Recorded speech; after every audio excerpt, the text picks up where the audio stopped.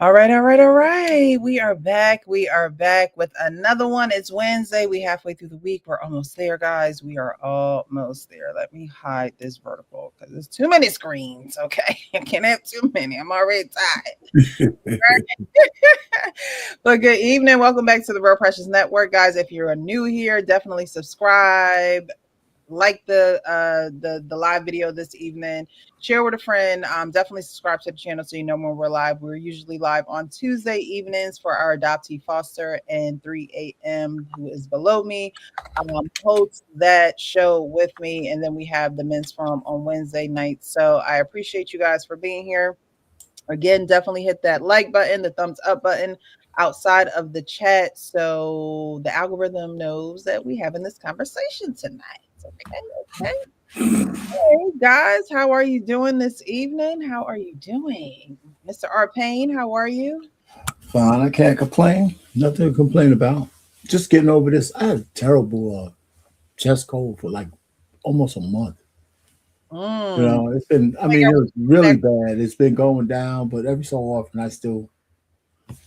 I don't know. I'm here though. I have to move around. Moving around, I feel better. I'm feeling a lot better. But a couple of days in there, forget it. I had yeah, to go to urgent care like 2 weeks ago. really. I know you had that cough and Yeah, that's it. with your wife and you weren't feeling too good. Yeah, well, that's what I did call you. That was part of it. I had to, and I was out of town because my Right. cousin passed away. I went up to Massachusetts for his funeral. Mm. I felt better driving. It was crazy. I felt just getting out of the house driving up there. For some reason. But once I got there and all that, man, forget it.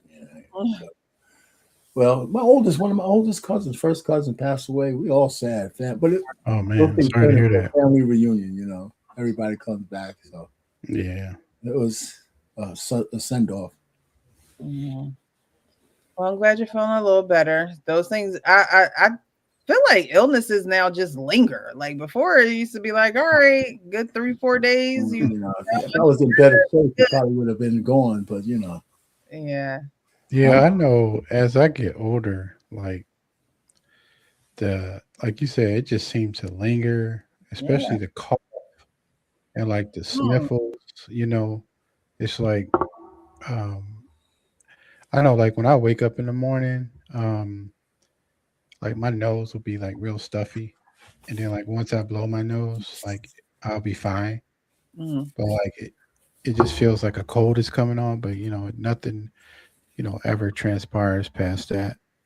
But I'm doing good. I got some fairly good news today. Good. You, I told you about. I reached out to one of my first cousins on my mother's side, and Mhm. she was shocked, and also she was happy, and she's willing, as of right now. She said that she's willing to help me kind of discover and peel back the layers on the family. So I'm oh, that's I'm nice.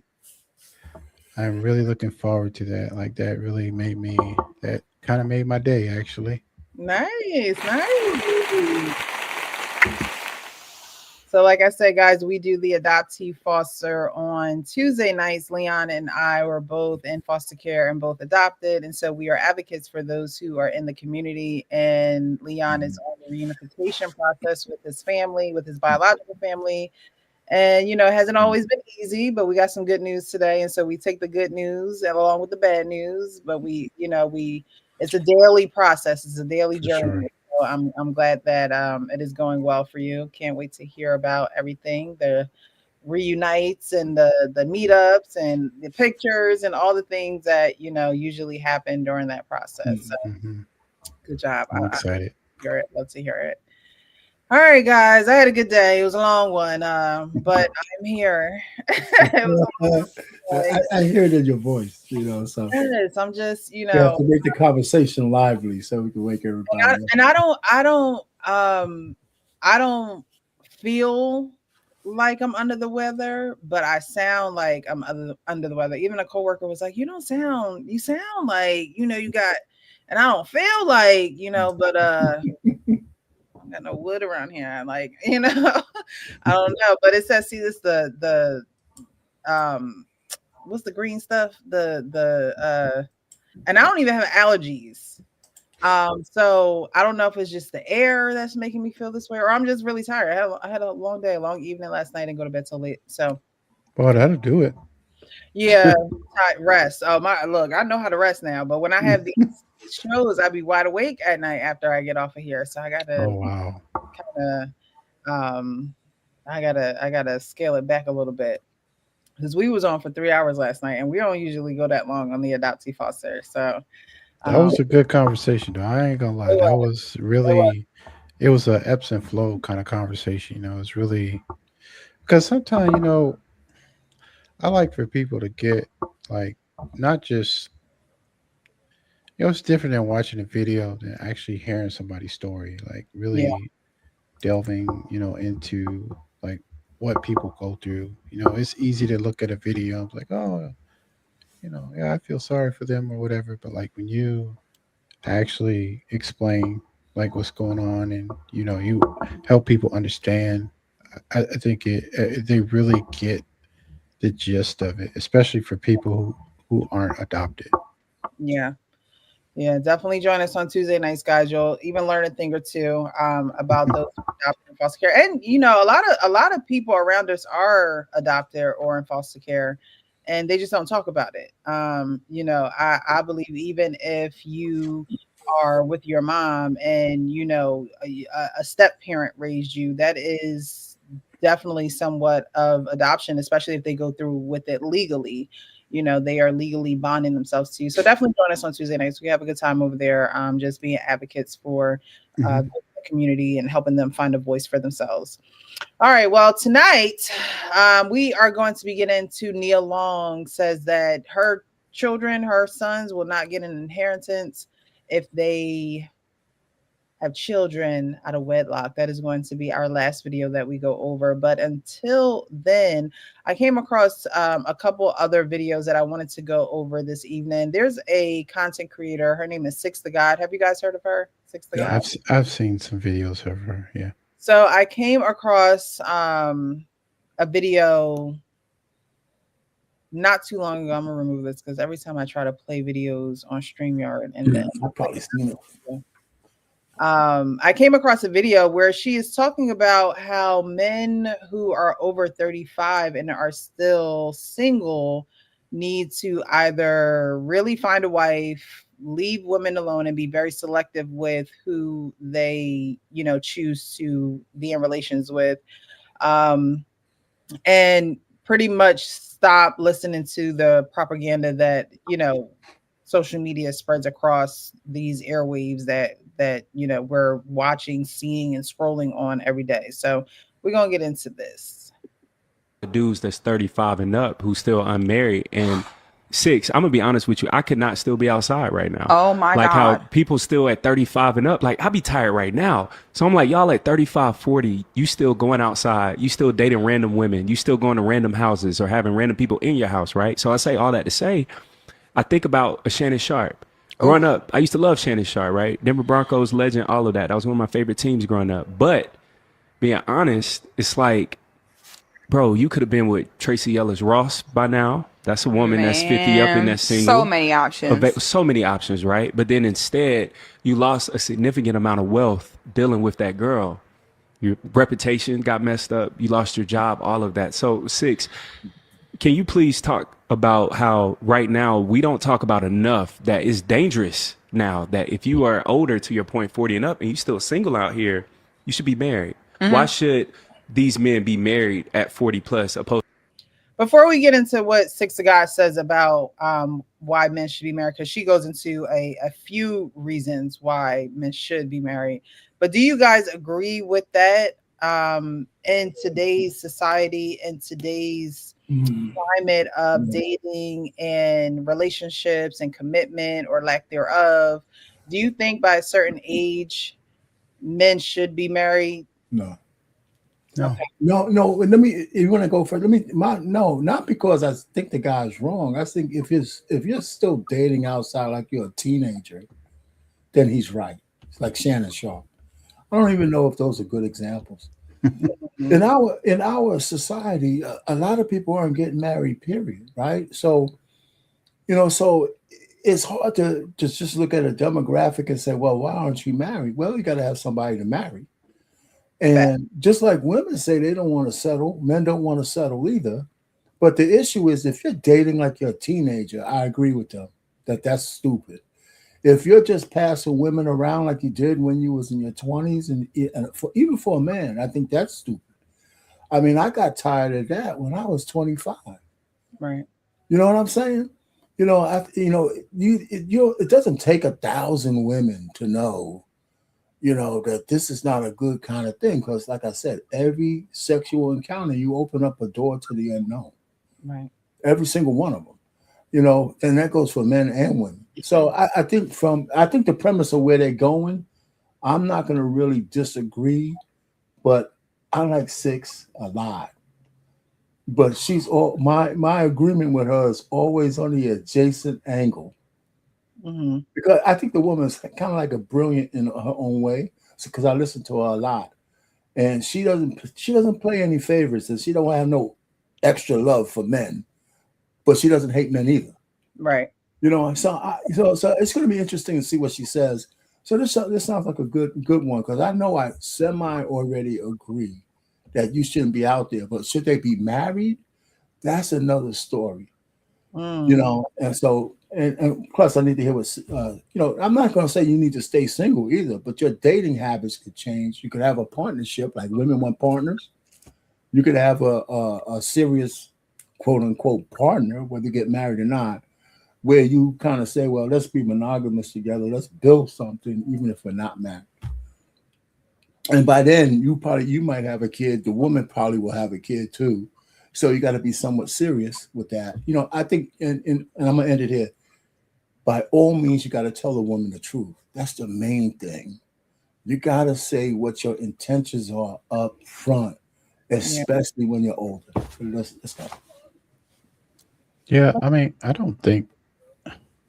Look, I think people try to put limitations and boundaries on people. Um, you might not be ready to be married at 20, 25, 30, 35. Like a lot of people, a lot of men don't get their stuff together, until they're 40 Mhm. plus. So, like, if you think about, let's just use me as an example. Like, um, I had some ups and downs in my career, right? Like, so I've been, you know, I've had a position where I was doing really good, but then, I ended up, getting laid off. And so I had to kind of like reinvent myself, right? Like, so I went back to college, and I got 2 degrees, but like that took some time, right? That didn't, that wasn't overnight. That was, 6 years of going to school, and working. And so a lot of times people, they don't want to be along with you in that journey. Like they want to reap the benefits of what you have done, but they don't want to actually be there with you while you're grinding through that. Because I'm gonna tell you, I was at some points I was working at night and going to school during the day. Mm. So did Like you really have time to? no, no. Yeah.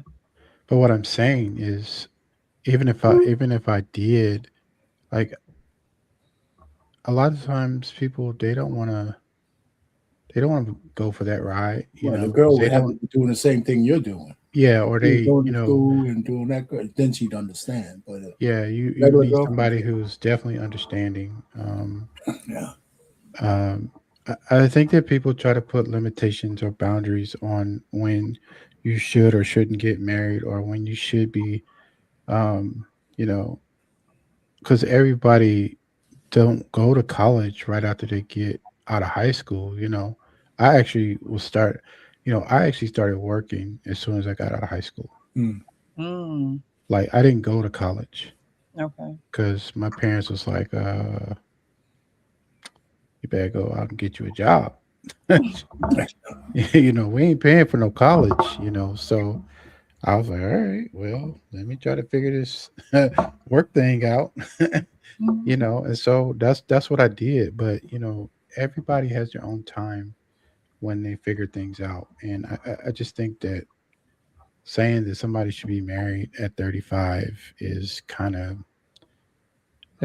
they're being hyperbolic and they're trying to do it for clicks.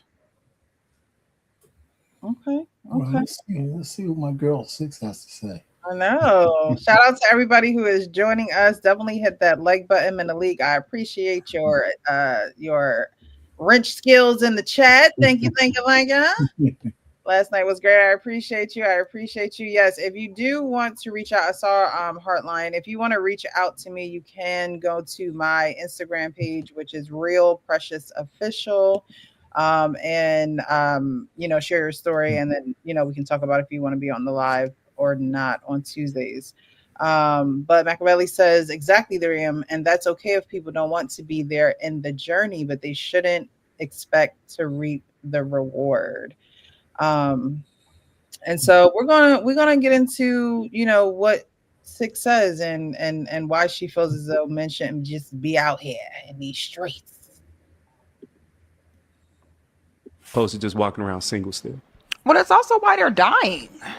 Jesus. You rarely see married men dying. It's like when you see a man like gunned down in the street, usually he's not married. He's outside. He's outside. Okay. 3 a.m. Why? No. That's like okay. No. She's being dramatic. Like That's why they're dying. anybody, look, I'm gonna tell you, anybody can walk outside and get hit by a bus. By a truck. They can get hit by a stray bullet, and that's it. And we're not saying that like we want that to happen to somebody, but that is a probability, right? In today's 26. Yeah. So but she's being hyperbolic, like you said. Yeah, exactly. But she's saying that men who are that older, not you excluded, because you're unkept. You're unkept. Yeah, when I'm saying you excluded, you seem subdued. Men need to be grounded, even in their purpose, right? Mm-hmm. So if you got some shit with you, you're halfway handsome, got a little bit of money, and you're not really grounded, and women are attracted to you, you can lose yourself in that too. And the older you are, the more you have to lose, I think. So she's coming from that standpoint. That's why men who are CEOs and high up in corporations, presidents and all that, a lot of those guys are married. Yeah. And when I look at I like to watch a lot of sports. Some guys get married too young, but a lot of great athletes who are married young, their careers turned out to be a little bit better. Right? Then some of the guys coming in wildlings. So, and they're young. So I'm just saying, I see where they're coming from. And some of the examples she's going to use, I'm going to have umbrage with. But it's a grounded thing, right? It really is. And I think she would have put it that way. But I understand Six a little bit, so I know where she's coming from. We're not done yet. That was the first one. So the first one got y'all. Like y'all. I'm with her.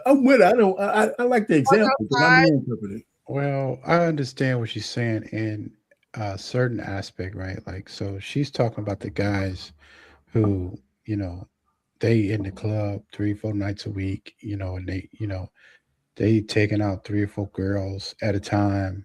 That's the clarification she needed to provide instead of being so. But that's the purpose of it, right? So it's clickbaity. It's.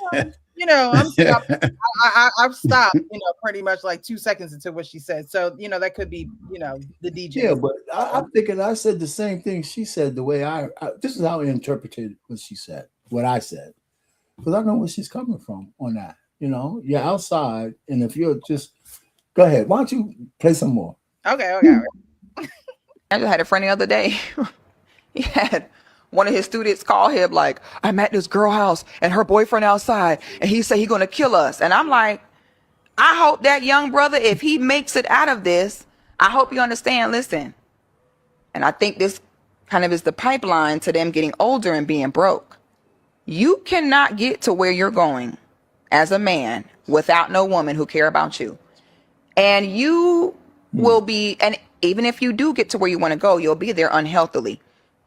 And even once you get there, now you in bad health, ready to pass No away, balance. even once you get there. Yeah. Okay. These men be living on takeout, fast food, okay, sleeping with random women, all these women who have horrible intentions. You know what I'm saying? You talk to these men, they're always talking about women's hygiene. Why are you experiencing so many stank women? It's because you're dealing with women who are sleeping with tons of men. And at some point, I think you're weird as a man if you want vagina that many other men are getting. I think that's weird. I think that at some point, I think after college, it's weird if you even want to deal with a woman. It's the arrogance and thinking, oh, she ain't gonna bring me down. Well, no, every woman you bed, every woman you deal with, oh, trust and believe. She got the ability to bring you down because ain't nothing stronger than the court of public opinion. So whatever she come out and say, every woman with a loose end, whatever that bitch come out and say, people are not going to care if it's true or not. They're not going to investigate. Once you get certain accusations, that's a wrap. So I'll say this, you know, it goes back into moms not knowing when to let their sons go. A lot of time when you see these men who are older and they ain't got no wife, it's because the mama acts as the wife. I just saw Michael B. Jordan going to an award show with his mom. Michael B. Jordan can't go to the award show with his mama. Mom. And I'm like, I know I'm a toxic Virgo because why everybody else was like, ew, this is so cute. Why me? I was like, actually, I find this repulsive. You're 40. Where is your wife? And that's why as a mother, I told my son, boy, you got till 23 for me to help you with meals and meal prep or help you because I don't mind. I said, but after 23, you can go ahead and start vetting for you a wife. You know, I'll find you one, whatever you want to do. And women need to start pulling back. Stop assisting your sons in building their business and career. Make him go get a wife. That's what it is. I'm telling you what it is. Men like Shannon, what do you talk about all the time? My grandma. Oh, your grandma ushered you into success. You see how it goes? So as women, number one, back up, let them go. Number two, you got to start being realistic that yes, every woman you deal with is a loose end, is a possibility for your demise. Stop being arrogant and saying, not me, not me. The program gonna get you because yes, you. Okay, 20 million is crazy to cash out to one woman. Mm-hmm. All right, so she continued to give the reasons. You know, Michael B. Jordan can't go to the award show with his mom. He has to be there with his wife. You know, her son, she told him, hey, after 23, don't look to me. You better start looking for a wife. And if you need me to, I'll help you get one. So what do you guys think about the rest of her explanation now that you've heard it? You know, I like what she said there because one of my big failings is that I didn't have a lot of eligible men around for my daughters. And I belong to a fraternity. There was hundreds of them out. You know, and so, I mean, because the guys went to school with me, they got kids my age. Right. And there's always an event. Right, they got boys, they got kids my age. They would the families are already vetted. These are my frat brothers. I know their wives and all that. I should have been, but we don't talk about arranged marriages in America. You know what I'm saying? I didn't think about it until too late. You know, so it's funny because we have a scholarship dance, a ball coming up in October. I'm gonna tell my daughters to come with me. Sure. I'm gonna tell them why I want them to come with me. We're gonna have a whole bunch of frat brothers. Maybe I can get you somebody. Mm-hmm. So, you know, but I'm gonna really invite them. But so I agree with Six, and her network of women has to be probably second to none. Yeah. You know, and so I like that. I like that what she's saying. And 23 is a good age for that too. I don't agree. But do you I don't agree. I didn't say get married, but it's 23 you start looking, because I know I started pruning down what I was doing around 25 years old because I wanted to be married.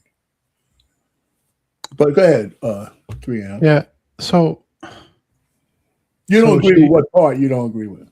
so she gonna stop being a mother at 23? Is that what she's saying? Say that.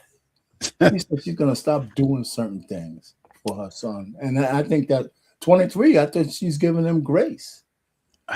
Look, I think that people who talk like this, like they've experienced something that is deeply rooted inside of them. Like if you're putting a limit on how old a person can be before they get married, or she is talking about street dudes. She ain't talking about the regular dude that's working 9 to 5 and coming home and But you chilling. just moved the conversation. She's talking about her son in this particular clip. He's not a Well, street. we don't know that. Her son's not a street. Well, I mean, Her do son- you know her son- son? I mean, I don't know her I want to son. give her a better. Well, you're right. I don't know, but I would give her the benefit of the doubt that her son is not a street dude. So we'll just say that he's not. But like even still, it's not up to her.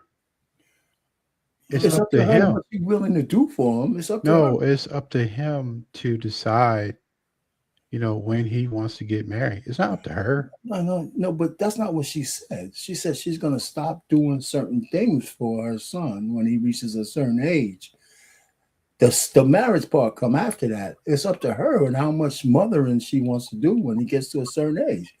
How is that wrong? Well, where's the father? I don't think mothering Remember, stops at a certain age, though. about 6. Yeah, that kid when she was younger. I don't think mothering stops at a certain age. Like I don't think. But you said we arguing 3 a.m. But we arguing this is a good no. one. I'm not arguing. I'm just No, I saying. am. No, go ahead, man. Go I'm ahead. just saying that she's saying that she's going to stop doing certain things. Right. Okay, you're going to stop cooking for me. Okay, I got to learn how to cook. Okay, so what? It's like she's trying to dictate who he's going to marry and when he's going to get married. She didn't say who he's going to marry, but listen, But it's the way that she says it.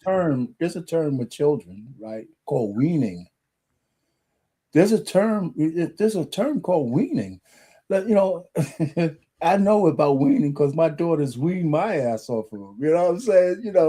So there's a point where, you got to look at them getting to the next level, and the things I did and the way we talked and the way I covered them changed as they got older.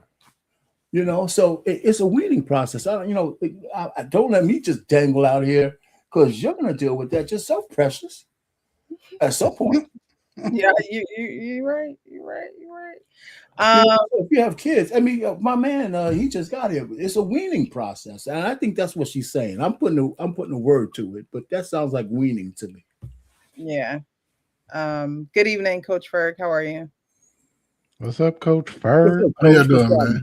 Everybody doing today? You're looking What's good going on? today. We're doing good. We're just, getting into this first video, and Yeah, keep the lights. Arcane is guys on the bottom. Arcane is leaning over Six of God. Hey, no light skin slander. Watch your mouth. Well, 3 a.m. like, nah, I don't like the way she said that. Like, nah. What you mean you gonna stop being a mother? So, Coach Ferg, how much of the video did you see? Do I need to play it again? If you want to, yeah. I mean, if you didn't see it, I want you to see it. Yeah, I seen the end, but I like to get the whole context. You can play it again. Yeah, play it again. I'm gonna shut up. Thank you. Appreciate it. No problem. Point. Me and Sid, we were just talking about that last night. I was like, babe, I'm 29 now, and like I'm realizing it's a lot of dudes that's 35 and up who still unmarried. And Six, I'm gonna be honest with you, I could not still be outside right now. Oh my like God. how people still at 35 and up, like I'll be tired right now. So I'm like, y'all at 35, 40, you still going outside, you still dating random women, you still going to random houses or having random people in your house, right? So I say all that to say, I think about a Shannon Sharp. Growing up, I used to love Shannon Sharp, right? Denver Broncos legend, all of that. That was one of my favorite teams growing up. But being honest, it's like, bro, you could have been with Tracy Ellis Ross by now. That's a woman that's 50 up and that's single. So many options. So many options, right? But then instead, you lost a significant amount of wealth dealing with that girl. Your reputation got messed up. You lost your job, all of that. So, Six, can you please talk about how right now we don't talk about enough that it's dangerous now that if you are older, to your point, 40 and up, and you still single out here, you should be married. Why should these men be married? I see you shaking your head, Coach Fur. What you got? What you got? This a semi-long video. So, listen, that's the problem with my second generation of babies after the crack era, right? They speak two sides of the fence. You out here, you in the streets, you losing your money, yeah. But then you should be married with what is being presented. Let's be honest. Shannon Sharp, compared to us, is in a league by himself, right? He's a fool to be who he is, to be tricking it the way he's tricking it. See, I could be cool with it if you was that boss dude and you said, look, come over, here's a little something for your troubles. But when you calling the scallywags, you know, see, that's the problem to me. You trying to make the scallywags more than what they are. Leave them in the scallywag lane. However, as a single man, especially from 30 to 45, I was single. There's nothing better than a single man who's working every day, taking care of his business, taking care of his money, coming outside fresh and clean. Ain't nothing better than that as a single guy. You ain't got to, and you have to know who you are, because you ain't got to deal with the sister talking about take me over here so I can eat and drink over here. No, ugly, goodbye. See, but that comes with, I would never tell my son he ain't having the problems these dudes on YouTube are having with the ladies. He's not having those problems. But for a guy to be at the top of their game, listen, see, they equate the star athlete, the athlete's money, and the movie star money to real. You can't do that. I gotta get off at work at 4:30. I'm calling you at 4 o'clock. Hey, meet me at the house. You can't do it. Next. Meet me next. Oh, why you don't want to come through, Precious? You know, I've been liking you for 6 years and da-da-da. No, man. She don't want to be with you. And I'll say this and I'll shut up. I'll tell my son, listen, you can't go through the dating market the same way I did. No. You can't do it.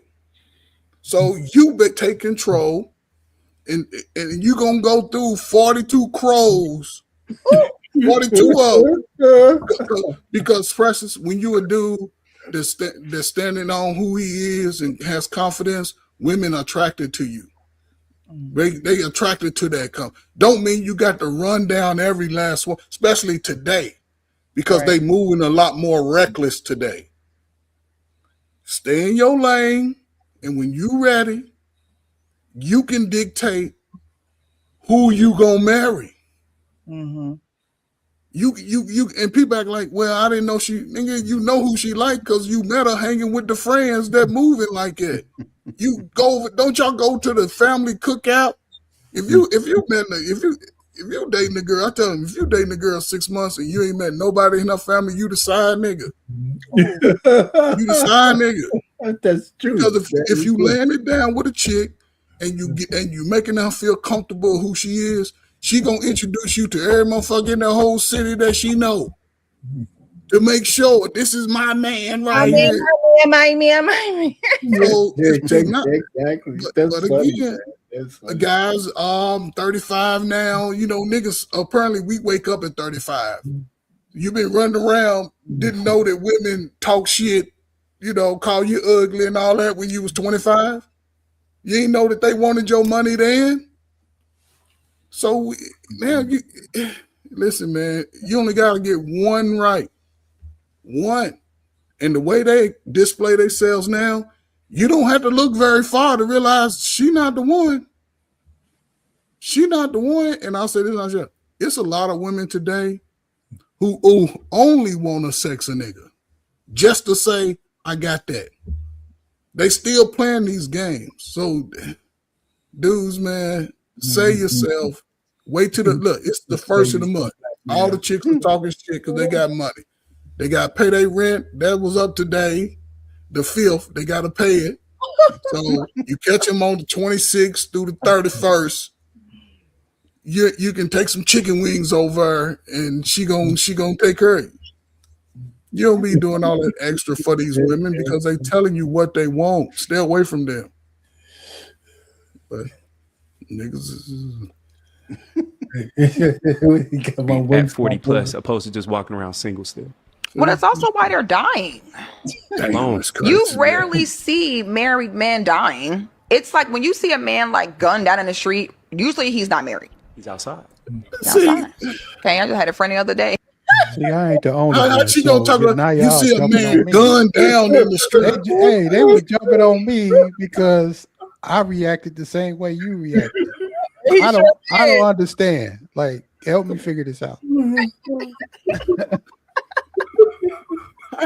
see a man. Now they're dying. You see them gunned down in the streets. Black man did not start deleting black men on the numbers that we did until crack hit our neighborhood. So stop it, lady. Stop it, man. Listen, man. Precious, listen, man. You in your 40s, you mature, but your peers, a lot of your peers. Don't put that $40 on me. So if you ain't got there yet, salute to you because you yet. So you 10 years ahead. A lot of these 35 to 45 delusional people, who just make up shit to fit their narrative. It's not going to work out the way they think it is. Let's catch up with 6 so you get. All right. Let's catch up.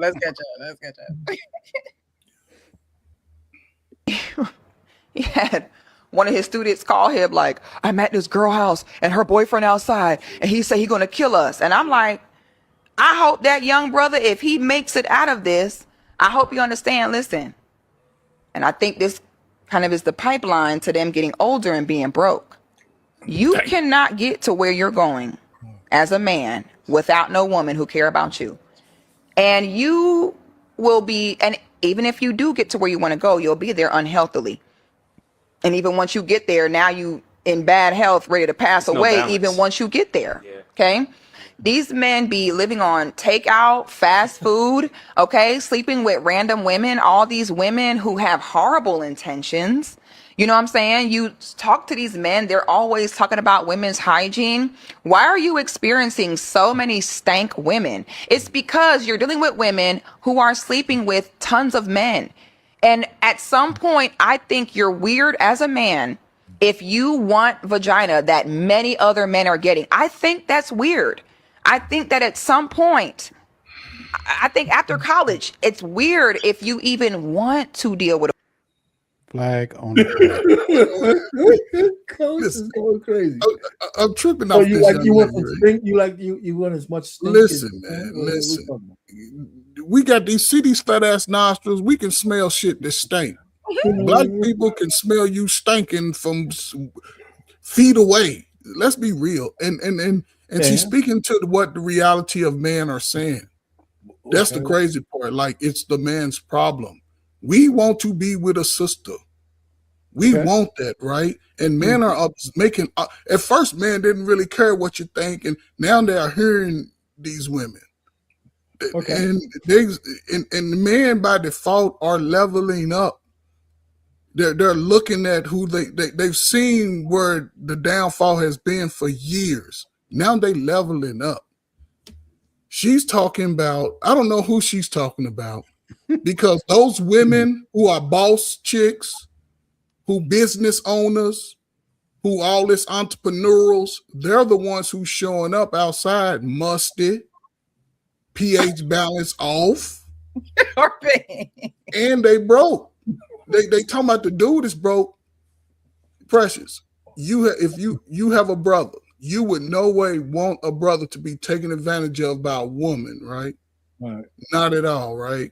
Exactly. But this is what the women are complaining about: their peer of men who have been shamed all their life and told they wasn't nothing all their life. And those men are now waking up from under that message.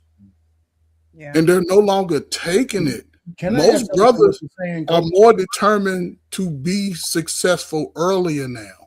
Let me And they're not going to waste money and time on these chicks who can't even clean up their house when you go over there.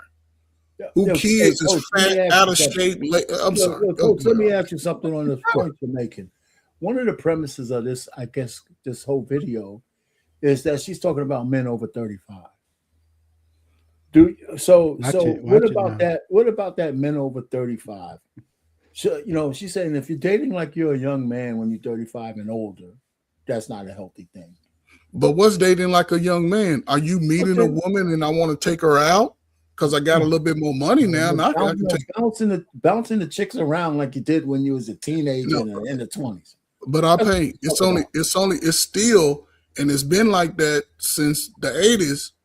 A small number of men are running through most of the women who are single out here. Okay, stay on. Even that's true. I'm not saying that's not true. But what about the age? There's an age component for men who should be looking to be settled down. Now we know you were 45, so okay, so all right. So between 20, I'll say between 25 and 45, I wasn't putting the limits on the women I meet. But those women, 99.9% of them, when I got them into my private space or their private space, they was taking their clothes off willingly. They was like, "Here, we ain't ate chicken yet. We ain't had a drink yet." They like, "Hey, sexy," and I ain't talking about I'm talking about some women that pay like they weigh. They was volunteering for everything. And go back to being settled down at 45. You got married. That's your first. Is this your first wife, right? No, it's my second wife. All right. So you were married before. So yes. When did you get divorced? 25. I was 20, 24. I was 29. All right. So that whole situation kept you single. And I didn't even file the paperwork. She did. But it kept you single till you were 45. I was still in which the military. Makes sense, though. You after that kind of traumatic kind of experience, you don't want to rush back into a marriage. Yeah. So how about a man who never been married, and he's 35 and 40? Well, Will, you could answer that. Maybe 3 a.m. Ever married 35? He just have to be more. I think a man should be more selective, right? I think there's a pool of women that they look good. I know, I get it. They smell good, but it's still a pool that you have to sort of stay away from. And I think guys are so caught up in, I got the money now I done finally got the confidence. I gotta go get the girl that I couldn't get. And you know what I'm saying? So, because I wouldn't date under a certain age, you know what I'm saying? But I only dated the type of woman, and I've dated, oh Lord Jesus. Me and my wife used to less about this. I want a woman with a certain importance to other people. I like those more. I'm more attracted to that. Like a serving person, you know what I'm saying? I'm into that. But somebody, hey, I met a woman she told me she need $400 for a rent. I disconnected from her forever. Don't tell me you need money. Don't tell me that. I'm just saying it. And guys, you know, I got money. I've been trying to get with you for 5 years. I don't know why you got with our pain. I don't know what. Now I'm here. They put themselves in bad situations. Mm-hmm. You know, you never, once you involved with a woman and y'all split, I don't care. Don't go back. Don't go back. Because believe me, she done went out in the world and let that dude flip her upside down 42 times before she come back. Don't go back. I wouldn't recommend that for nobody because women don't forget at all. I don't know our pain. 35 and over, I think that's a conversation that has to be held to man because you don't have to be a guy to shame women just because. You know what I'm saying? You just have to be more selective.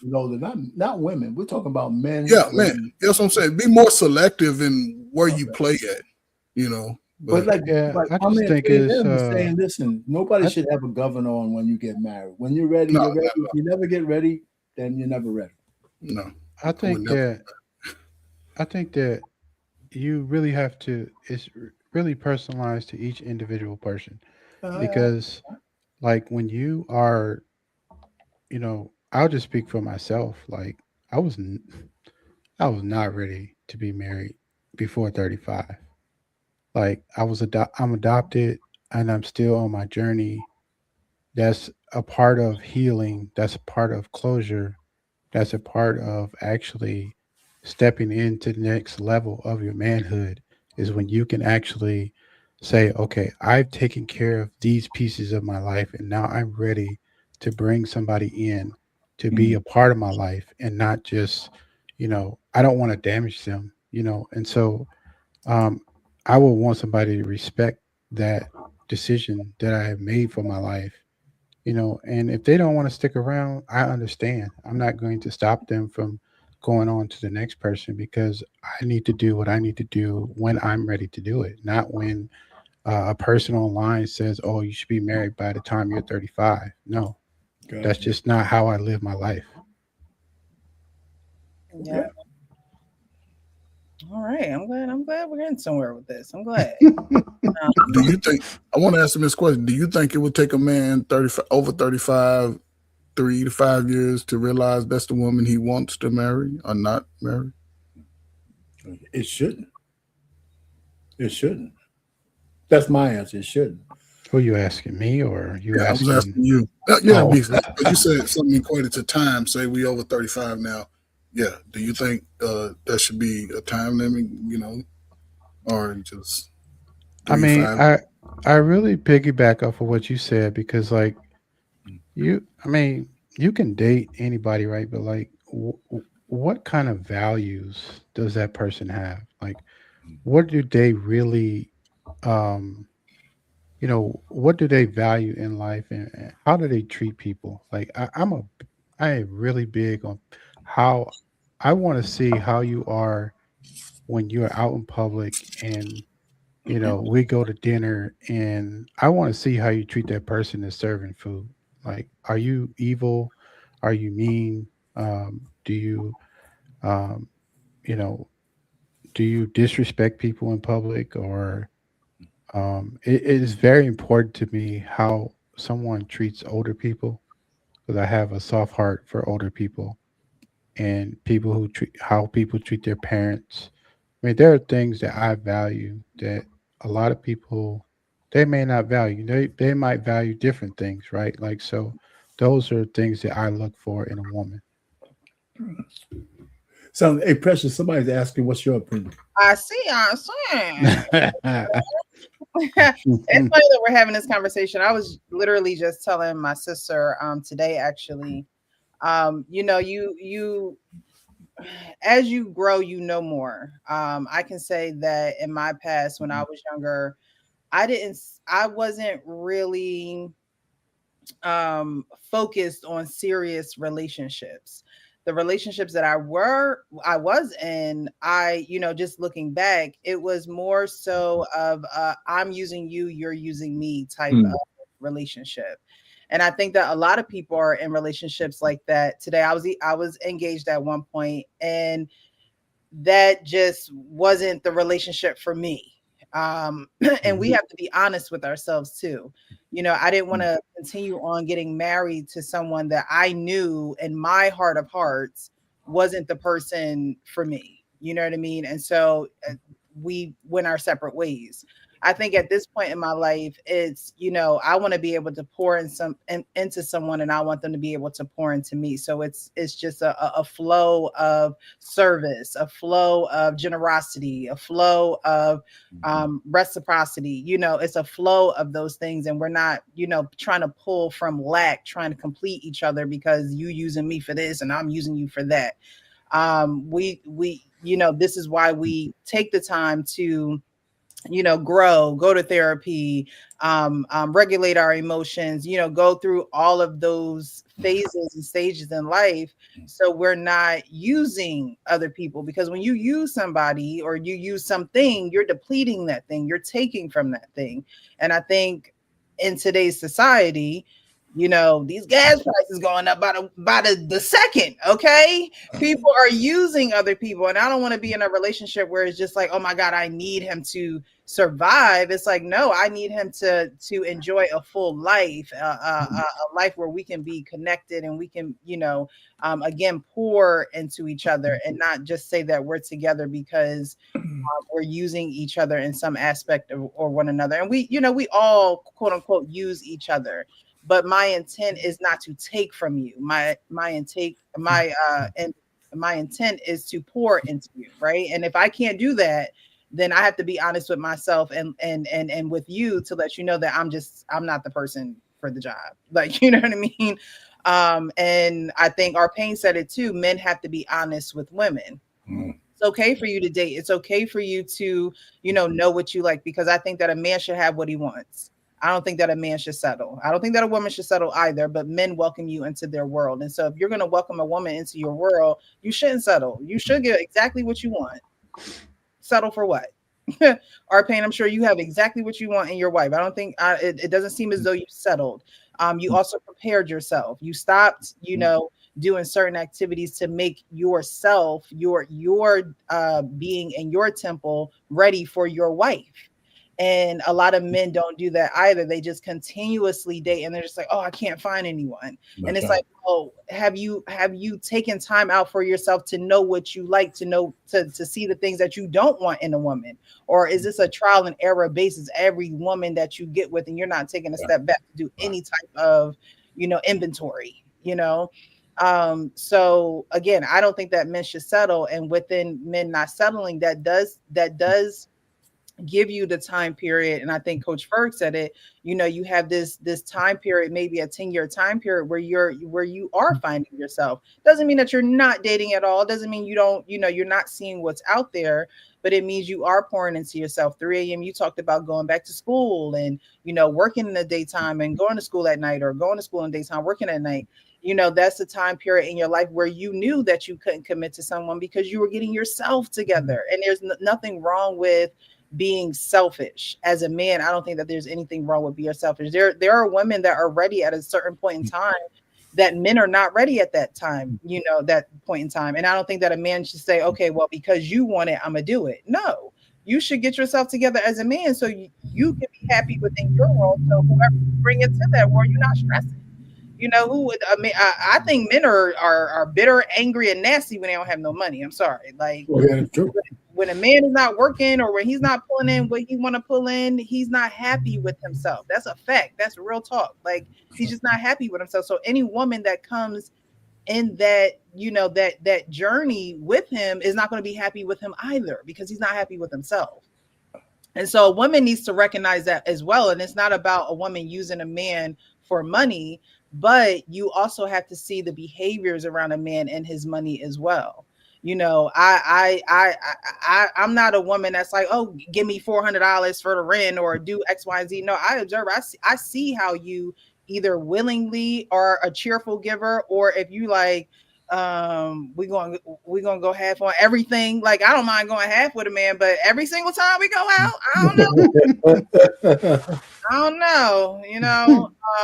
So, women also have to be observers of men instead of coming in trying to be saying, oh, I want this, I want this, I want this, I want this. See what a man freely gives. That's what I do. I see what a man freely gives. I'm not going to be asking you, because you want the person that you're with to want to be there for you and do things out of the kindness of their heart, because they don't have to, but because they want to. And so I see everyone's point of view, but I think that you have to be at a point in your life where you know that you can freely flow into somebody, and you can't pour from an empty cup. You can't pour from a depleted cup. And if you pour from a halfway cup, halfway you're gonna be done. You know, so I think that you really have to get to a point. No one can tell you at what age, especially in this climate of women who want to do you dirty, who do want to use you, want to take you to the ringers, who want to marry you just for the benefit of the alimony. Like you have to see what fruit people are carrying around and what is really living inside of them, because whatever's living inside of them will come out of them. Yeah, and I look at, like you were saying, I look at how, like, I don't have a problem with like paying for dates and stuff, but I look at to see if a woman's going to say, no, I asked you to go out, I'm going to pay for it. You don't have to do anything.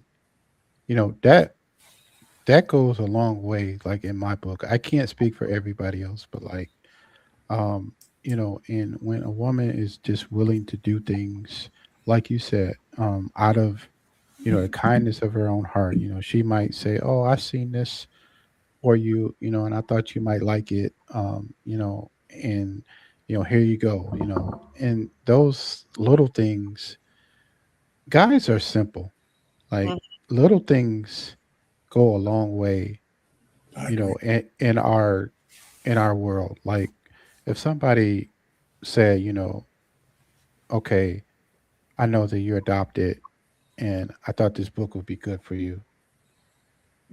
That would show me that she's really paying attention to what I actually like, and where I'm trying to get to in life, and not just, oh, here's a pair of shoes or something, like it's a different view, right? But I mean, if you need sneakers, well, yeah. I mean, I definitely do love some Air Max, so like if she want to give me a pair of new Air Max, I ain't mad at her, so I just look at it that way, One of the funny things, real quick, I found that's the difference between dating today and dating back in my day.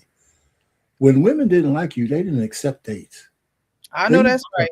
They used to tell you, no, today it's not really true. They'll foodie date you in a minute. Which is crazy. And that's one of the biggest differences. If I was dating today and I had some looks and stuff, the very first date with any woman would be Dutch. They would be Dutch, because that would tell me right off the bat whether she likes me enough to just be around me. Right. Right. So if she's willing to pay for her own way, I say you could pick the restaurant, whatever it is, we could go, but let's go Dutch. Now, maybe during the date, if she says yes, and maybe when the date's over, I might just pay for the whole thing. But she will at least tell me that she's interested enough to sit across the table from me and pay her own way for that. So that gives me some information. Now, she'll probably never have to pay for another date after that if we're still seeing. But that would be my first test, especially today. But back in the day when a woman didn't like you, your money ain't no good. I'm not sitting across from your ugly ass and eating some food. It's not even going to taste good. I mean, I'm telling you, if you don't want to do this. I have a question then. I have a question, because you're right. Like, I'm that way. Like, if I don't like you, what's the point? Like, I'm not going to waste your time or mine, right?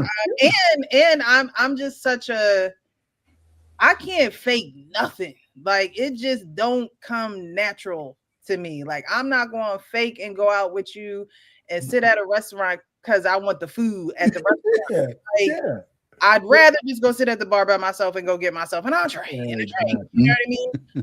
And so my question would be then, because dating is a lot different and men do fall for the woman who just wants the foodie date, right? How do men in 2026 really know that a woman likes him? Coach Ferg. It ties into what I was saying, right? Because see, I believe in dating in my peer group, right? If I was single, I would say between 60 and 50 would be my range. I can rock with that. It's a lot of fine, I'm cool. But I've always believed in this, and my mother told me this. If a woman likes you after you've initially talked to her and whatever, is she willing to show up where you are sometime? I'm a sports guy. I like one of the biggest things I used to love. If I hey, what's up? What you do? I'm playing ball. Come through. If they showed up at the basketball court, then I can just move forward with that type of vibe. Like, okay, she's with this, and I can have a conversation. You know what I'm saying? A genuine conversation. You know what I'm saying? And I can read her body language. I'm big on how you show up. You know, your eye contact, your movements, how you handle your phone. You always on it every 2 minutes. Are you talking to me? I'm into that, and that would be determining. Hey, let's set up a. You know, I'm old school. Let's go on a little date or something. You know what I'm saying? I know it's like a little restaurant, but me, I'll shut up. I'm going to go get some chicken wings. Are you hungry? I'm going to go get this little turkey burger. You want one? Mm-hmm. Now, if you real, you're gonna be like, hell yeah, I'll take a little burger. We can sit down, eat over. You know, I'll make it romantic. But I don't know if that would work today. But that would be cool because I tell my wife all the time, if I'm a single guy today, I'm just dropping breadcrumbs everywhere I go. I ain't committing to none of this out here. I can catch you towards the end of the month. I got an extra $60. What can you do for this 60 after dough? Because I ain't staying tonight. I'm getting up too. But Arpain, you're on mute. You're on mute, Arpain. Arpain. You're on mute. I'm like, is he really talking to us? Nah, you know, I got 2 mute buttons. You know, oh, big time. You know, so listen, you know what you said though is if you applied your old style on the women today, and you found a woman today who would comply to that, then you actually got something. Yeah, but guys don't that's see how it. you got to weed them out, and that's why when I just thought, you know, like back in my day, I never went Dutch because when the women said I paid, right, it wasn't the same prices, right? Yeah, but I paid. I didn't even think about it. It was just somehow men were supposed to pay. But nowadays, I think you need to put that first test up there. Hey, let's go out, let's hang out, but let's go Dutch. It does 2 things. 1, it shows that she likes you. And 2, it takes the so-called obligation that she might think she has because you pay. right. That's on too. Yeah, You know, I think I think that's if I was today, that's exactly what I would do. You know. Yeah, I'm gonna say one of the best dates I ever been on. And I did exactly what you guys said. Like I was like, okay, we're gonna meet at Panera Bread. You know, we're gonna see where the connection lies. So we hit it off. Like we ended up going to like a carnival after that. Then we ended up going to like the movies. Like, you know, like you say, you could tell when somebody into you, and when, like if they're gonna meet you where you at, and they don't care about where they meeting you at, you know that they like you.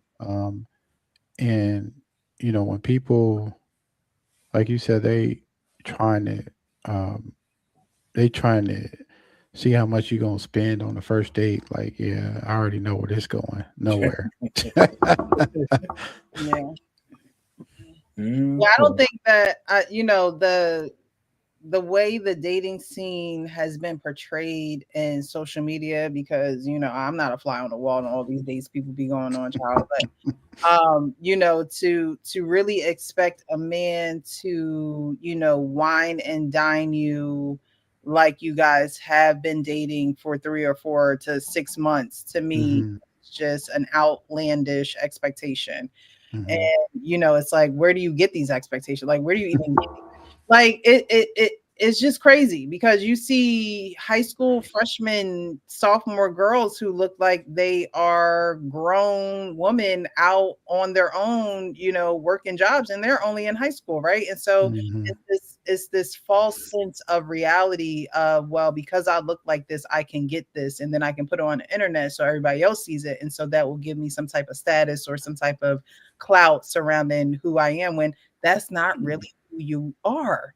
And that's the environment that we live in now. Like, you could just appear to be somebody that you're not, and no one can really date for real, because a real man is going to pick up on those intentions, right? Like a real man is going to say, oh yeah, you just trying to do this for you trying to, do this for the game of it all and not necessarily for the authenticity. You're not really here for me as a person.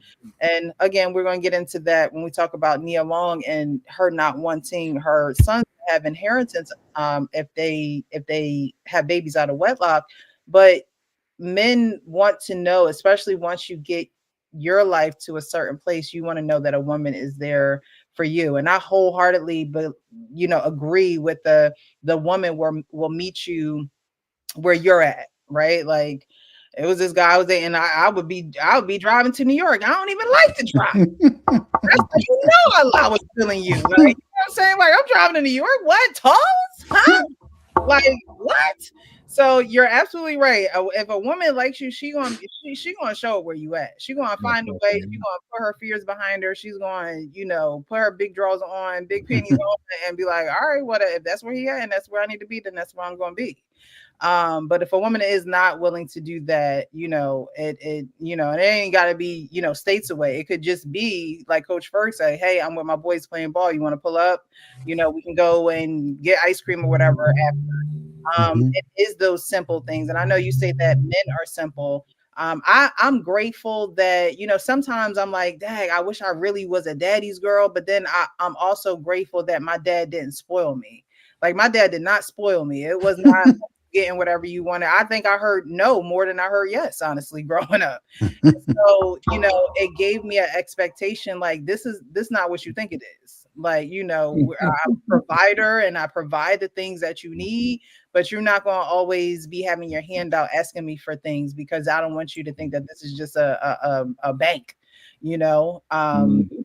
And so, once men get themselves together, they want to know that a woman is there for them and they like spending time with them and they like, the things that they like and they're actually listening to them. Like 3AM said, like if you're paying attention to the details of our conversation actually over this, dinner that you want me to pay the whole bill for, at least listen to what I'm saying to you, right? At least pick up context clues. So the next time I see you, I know that you were retaining the information exchanged across this table. Because if not, that should be a tall tale sign for men as well. When women can't pick up on the things that you're saying but you're picking up on what they're saying, they're expecting you to, bite on them context clues and you are, but they're not doing the same for you. That's another tall tale sign when she just oh, I love these gummy bears. Oh, okay, that's cute. I like them too. Right? She don't never show up with no damn gummy bears. You're like, and you're not even expecting her to, but when she does, you're like, oh, snap. You heard me say I like them gummy bears? I didn't even know you was paying attention like that. It's the little things. And so I'm the same way because I wasn't spoiled. So it's the little things. When you say when you pick up on things that I'm like, wow, you remember that? Or wow, that I wouldn't think that would be something that you acted on, but you did. And those things are appreciated. So I just wanted to ask y'all that since we talk about why men should stay or should get married at 35, it's just like, are men really tuned into when a woman nowadays really like them? And I think it's like a rhetorical question too, because I think that because of the climate that we're living in today, men are a little bit more apprehensive as they were before. Because back in the day, men, they would walk up to you, they would be bold, and hey, I like you, what's your name, what's your number, let me take you out. And now today men are like, hold on now, let me scope the scene, There's a reason why though. And I understand I understand it, and I'm not saying that back in the day men were more reckless. I'm just saying that they weren't worried about their pockets being drained, on purposely by a woman. They weren't dealing with women who had this ill intent. Now, women been wanting to get men money for it since the beginning of the time, right? However, back in the day, things were more simpler. You everybody didn't know everybody's business, so you could be walking down the street with your man, and that be y'all situation. And so there was no fear of exploitation. There was no fear of your business being out there. There was no fear of women coming in for the wrong reasons. You did enjoy each other. And if it didn't work out, it just didn't work out and you moved on. But now people are just like, you know, who sent you? What you want with me? You know, why are you here? Instead of really just giving people the opportunity and the benefit of the doubt, getting to know them and finding out that if that's not the person for you, then you just moving on. But nowadays, if you're not the person for somebody, they're going to go run tell the internet, girl, guess what this man did on this date? And then the man like, well, dang, I can't do nothing. But Precious, that's not the biggest issue, right? Because man who in tune with itself should understand that not every woman is going to like it. The difference with the biggest difference I see from then and today, when I approached a woman, our pain, 3 a.m., she let us down. Hey, I ain't interested, blah, blah, blah. Now you're broke, you're dusty, you're weak, you know what I'm saying? You ain't a real man, you're weak. They yelling it out. You don't know this man. See, they don't even have the respect for that type of energy a man is bringing, because obviously we scoped you out from across the room, right? And that was a rite of passage back in the day. Like man, you be at a party. yes. Like I don't know about y'all, but like I used to come go to across like the a room. lot of cabarets. You know, it's bring your own drinks and B.O.B., you know, yeah. got the DJ there, and you know, like you said, you know, you scoping somebody out from the other side of the room, and you know, Walk over. yeah, oh yeah, you got to walk over. You know, got to put your big boy pants on and run whatever line you gonna run, and you know, and And then if it take it didn't from work, there. guess what? If it didn't work 3 a.m., you On got to to the come next. back over to the bar with me and our pain. And we like, she turned you down, didn't she, bro? All right, man. There go one right there. See, Yeah, that was I how tell you men what, started and the getting other right. women are looking at you. You get turned down. Yes. You're not dancing that dance. You That might not song, get because none all the that women night. are going to say, "Nah, you went over to her. You got turned down. You got to do the walk of shame back, and Yes. then you got to wait till the next record." The Wood, was that the Wood? The walk of shame. Yeah, They wanted to walk up to her and get her number, and her brother went to the school. I tell my brother on you. All right, Yeah, well, but that was part of that dynamic. And brothers learn through those trials and errors, right? Yeah. Because at the bar, people know eyes are on them. But I Yeah. saw her ass at the park. I got a chance to shoot my little silly. You know, she was walking in the park, and see, back then the women stayed over here, the boys stayed over here. We came together on weekends or at a play. Now everybody's running together most of their life, so they taking on personalities of each other. And you're like, they don't even know what they like. The type of dude. Everybody want the dude with the most money. We, as men, we know the dude with the most money go get the most ass. We know that. We know that. But women, no, y'all ain't no. You on mute. I'm sorry. I'm sure. all right, well, we're gonna move on. Thank you for those who are joining, just joined, have been joining, those who are engaging in the live tonight. We're gonna move on to the second video. Now, this is of a man, and unfortunately, his mom abandoned him when he was younger. He was about 17 years old, literally watched his mom walk away from him, drive away from him. And now she's in a bit of a, pickle. And he has some strong feelings towards that. 17, not struggling, not barely getting by. I think you're supposed to take care of your parents no matter what. But my mother left me homeless when I was 17, not struggling, not barely getting by. I mean, completely homeless. One day, she packed up everything that mattered to her, and she ran off with another man to start a new life. And she made that clear. She left me and my siblings sitting in an apartment in the projects, waiting for the locks to get changed. And I stood there, hoping my mama would say, "Come with me," but she didn't. 17 years old, no plan, no guidance, no mama, just the streets. Fast forward about 12 or 13 years later, my phone rang. "Hey son, It's your mama. She had just been put out. Now she needed somewhere to stay. And I had it. I had the space. I had the money. I had the resources. For a moment, my heart wanted to say yes, because that's my mama. But then my memory kicked in. Flashbacks of being 17 years old, standing outside that apartment, watching my mama walk away. So I told her, no, mama. And I reminded her, you remember when you left me homeless? I had to figure it out. And I told her, you had to figure it out just like I did. His mom. So before they give their 2 cents on the whole ordeal, what do you guys think? At 17, you know, his mom abandons him, not only abandons him, but walks away with a man, and, you know, in his mind puts the man before him. And now she's falling on hard times. And he like, well, remember? Do you remember the time?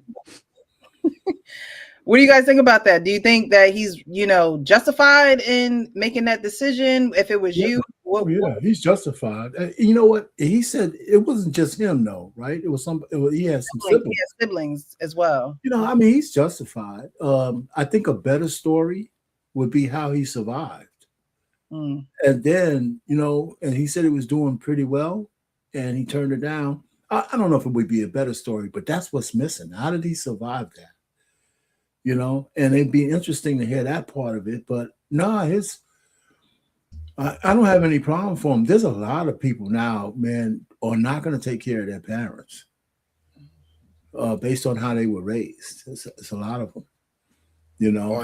So it's not nothing unique about what he said. Is it right or wrong or, you know, immoral? Listen, I think, you know, I don't think God would judge him for that. I don't think he'd be judged for that. You know, the obligation is gone. She broke the cord. Yeah, she didn't set him up for success. Like, she didn't care about her kids at that point, basically going with a man, you know, and just leaving her kids. Like, yeah, figure it out. Yeah, you're 17, but you still not, he probably wasn't in a place to, you know, try to figure out, like, what do you mean figure it out? Where you going? Bring your ass back here. like, I mean, yeah, you know, he, like Arpain said, that the story is not her. The story is him. Like, how did he, like, mentally, how did he get out of that? Like, you know, because you can't just, look, you start from nothing. You have scratch. Yeah, we talk about it all the time. Like, she basically abandoned him, and, you know, he had to pick up the pieces. However he did that, that is really the story. Like, she ain't the story no more. Like, yeah, how did he, you know, I don't know how many siblings he had, but, you know, obviously he had to play the role of the parent, right? And he had to try to figure out whatever he could, you know. I don't know what the story was, you know, after that, but yeah, she, unfortunately, that's karma for her. I would like to, I would think his mother's Gen X. I would just say, right? I think she's probably about my age, maybe a year or two older, whatever, but I would think she's Gen X, right? But like they've already mentioned, his redemption trumps all of that. But this is a culmination of what has happened over the last 40 years. A lot of women got selfish and wanted the world over their children. So even though she may have had 2 or 3, they said, I don't want them anymore. Instead of or allowing the father the first right of refusal, they bypass that shit. They ain't even think about the man. They ain't even think about the emotions of that child who's now in common place with a lot of adults, 35, 40, and 40 and under, who've had to overcome those things, and very few are like him would shame the mama. would hold her accountable, right? Because in our society, we got to put mama to the, but this is not common. This guy is speaking for thousands of men, even women, over the last 35 years. And it's unfortunate, right? Because again, you're talking about a continuation of generational broken homes. Because not only the man ain't taking care of, listen, it's a lot of brothers who don't have a relationship with their fathers, but it's also a lot of women who don't have a relationship with their mothers. Mm-hmm. They won't call the mama out because a lot of them have lived the same life as mama did when she was 17, 16, 18, 20, 25, making bad decisions, having babies by men who they know would not be there. And it puts, I'll say this, I'll shut up. The one person I knew loved me without a doubt was my mama. He's the one. Yeah. And even my father, I used to question sometimes, but then as I got older, I understood exactly how he approached me because it kept me out of a lot of dumb stuff. I saw people around me making terrible decisions, costing them their lives. It put me in a position to always want to help people because my parents were not a selfish people. I had 5 sisters. None of them were pregnant through their teenage years. Most of them have gotten married. 4 out of the 5 have gotten married. The other, you know what I'm saying? So I look at, okay, those things were beneficial on the other side. A lot of people didn't get that experience with our community over the last 40 years. And they still, he's one of, I say, like that's what I said, his story is, if we can get people to line up like this guy, and everybody start telling their story, we have enough literature for the next 500 years based off a generation of men and women who were put in compromising positions by their parents. And we'll see how the future goes because I think young people are making better decisions about their bodies a little bit. Well, I ain't gonna say about sex because they still busting it open, but having the baby or not and putting the baby through that, I think they're being a little bit more wise. And I don't think it's a bad thing if you're 34, 35 as a man and you want to have a slow little kid like you. Just when you have that kid, make sure you have access to him or her and make sure you bring up some of these videos on how not to move outside in the streets. Because that could help them bypass a lot of heartache and trauma, you know, into their adulthood. But we'll see. Yeah. I would say, you know, right along with men not making the money that they want, you know, that the mean man, I would say, you know, that's not really happy with himself. Another thing that contributes to that is having a tumultuous relationship with your mom, because that is, in essence, you know, for him, probably his first heartbreak, you know, was by a woman, let alone his mother. And I think that runs deep inside of men as well, especially when it's time for them to seriously settle down, and why it's probably harder for them to do that. It's easier for them to go from woman to woman to woman to woman, because they are not, you know, again, we talked about it in the first video, they're not taking that step back and they're not doing the inventory. And if you do the inventory on somebody else, you have to do it on yourself first. That's why I always say be real with yourself so you can be real with others. And that mom bond or lack thereof definitely does take a toll on many men that should be a lot more honest about that, so that the person that is causing this harm is not continuously praised but held accountable for, you know, the actions and the harm that is taking place within their child. It's not a stranger, it's their child. And I think that, like Coach Ferg said, once more and more people come out with these stories, it'll help those who are suffering in silence be able to, you know, rise above the ashes. Because, you know, I can't imagine who doesn't want the approval of their parents, right? Like you want the approval of your parents. And when that's not something that's given to you, your first relationship of your life, it does shape and form the remainder of your life, and you are then held in the driver's seat of how you allow it to shape and form your life.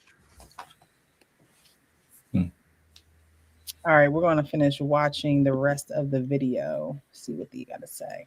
Mom called and, she asked for help. That's where I'm torn at. Can we just get a before you go on? Can we get like a just what a do y'all quick think? Yay or nay On the first part. Yeah, or like would you have Never leave your child at 17, obviously. no, not that. Would you have allowed your mom to come into your home Yeah. if she was in the predicament? She left you at 17. Is it a yes or a no? It's a You no. would say no to your mom. Jada? Not my mom, that mom. Yes, we know. I'll say like I can't abandon. I could barely not give change to Is people on the it street. a Yes. yes If or I'm no? I can't. Mom, come on, Big no. Big no. bro. No. Okay. As far as me saying yes, I would allow her. I also want to say that that's the messed up thing when people put us through traumatic situations. At times, they put us in a position to have to make decisions that are going to bring us even more trauma. Because you can tell that the decision that he made to not let her stay with him still with him to this day. Still messes with him to this day. So if I care that much, you know what? Let me call a Star Hope. Let me get you in a shelter. Let me make sure that you know where the food banks are. Can you get unemployment? Can you get some Social Security benefits? Something. But to let that into my home, No. which is my safe place The with my space. family, That's what I'm saying. I really don't think No. that I could live with that. Hey guys, if you Yeah, she's absolutely right. Mm-hmm. You can't let a demon back in your house. I mean, you just can't. You know, and there's other alternatives. She said it. You know, if there's a shelter, is this, is that? I'll hook you up there, but you're not coming in my house. You're not. You know, so I can dig it. Do you think that moms think that they're Entitled. they can do no wrong? Like, no matter what they do, they're still mom, and so you should respect them as such. Do you think that moms hold that entitled attitude with their children? Yeah, probably. Yes. Most modern moms, I would say yes. Yes, so. Very much so. Just a quick story with my own mom, right? She had 5 girls, 2 boys. As she gotten older, she started to have this, did I do a good enough job? And we had to spend time telling her, like, yeah, you raised. I was probably the wildest kid my mama had.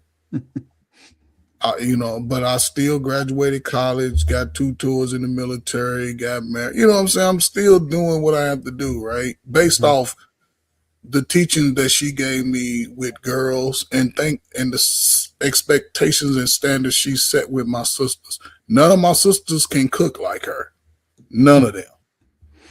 But just having that, even from my father with my sisters, guys had to show respect when they came to my house. There wasn't none of that. When my father was home, it was quiet as a mouse with everybody in the house. Mm-hmm. He didn't say a lot about the function of the home, but shut your ass up and get quiet, get outside and figure it out and make it happen. When they left for work, when they came home, especially as teenagers, there's no way as these modern people are around here with these teenagers, 13, 14, 15, sitting around their house not doing shit. Put their ass to work. Yeah, that's But unbelievable. but the expectation that they gave me, everywhere I went after that, I came in with that type of, I guess, fortitude. I'm not going to stay with you for free. I'm not going to expect you to do everything. I'm going to contribute so we can all eat. I couldn't be in a space where you struggling, stressed out. No, everybody got to eat. Right. But a lot of people today, they don't have those relationships from the people who should have loved them the most, gave them the most information, and at least encouraged them the most. Because I think a lot of people lack the encouragement. It's a different fight when you're fighting in front of your mom and your daddy than around your friends. It's a different fight.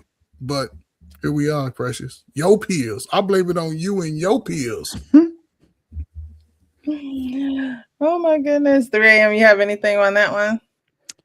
I mean, it's like when you are growing up, you pick up certain things from your parents, like your mannerisms, the um, the core values, the skills you can pick up from your parents, and and you don't even realize it, right? Like when you growing up, like when you all grown up and you do certain things, you just do it because that's what you had learned, you had seen, or your parents had taught you. And so when you are around people who don't have those same values or don't, you know, you have people who, like Ferg said, like when I was a kid, I made so much money shoveling snow, raking grass, Anymore. huh? I said I feel like kids don't even do that anymore. And Yeah, like we didn't, it was expected of us to not only do our yard but the neighbor's yard. exactly. Like go over Yep. there and do Joe and them yard too. hmm Like, hey, where they kids at?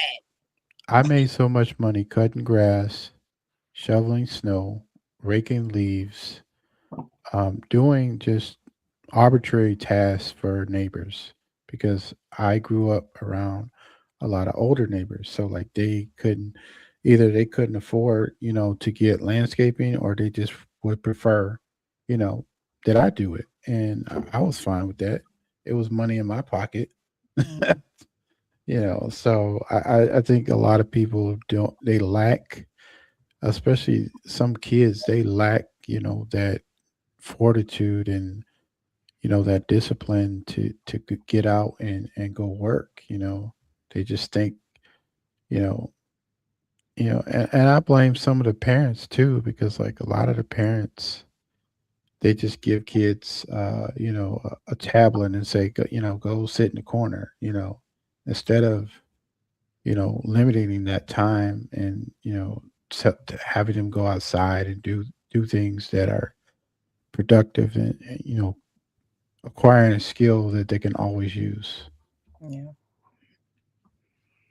Well, I can't imagine at 17, just turning your back on your son, especially for a man, and it didn't work with that man, and now you back at square one, trying to ask your son for a favor, I guess, in this situation. But I do think that parents should also take that that self inventory that we were talking about earlier. Um, because I always say, the mark of a good parent is if your children want to come back to your house when they're adults. If your child wants to, just regularly visit you, because they miss you or they want to spend time with you, that's how you really cultivated that parent child intimacy relationship, um, and you stewarded over it well. Because sometimes you're in emotions of being a parent, and what they always say, it went by so fast, and you're not really taking the moment and taking inventory, and even asking your children, what can I do better? In what ways can I support you? And what ways, what things do I do that frustrate you emotionally that I can change and be aware of for myself, so I know not to continue to do those things. It's okay to, you have the answers to the test. If you're a parent, you have the answers to the test. You don't have to wonder and guess and try to, trick it out of your child. Just ask them the simple questions, because they're going to know that you're open to knowing and supporting who they wholeheartedly are as individuals, and not just as your son or your daughter. They're not just playing a role, they're also living their life. And if you don't have any engagement in that, then the life is just going to continue to slip by, and you're going to get to a point where the child going to be like, I ain't never know you. What you want my help for now? Like, you know what I mean? You ain't never wanted to be disengaged with me. So what's going on now? So it's hard. And it's hard for parents to actually sit Mm. on that side of accountability, because they're intention is to love you and to nurture you and to raise you.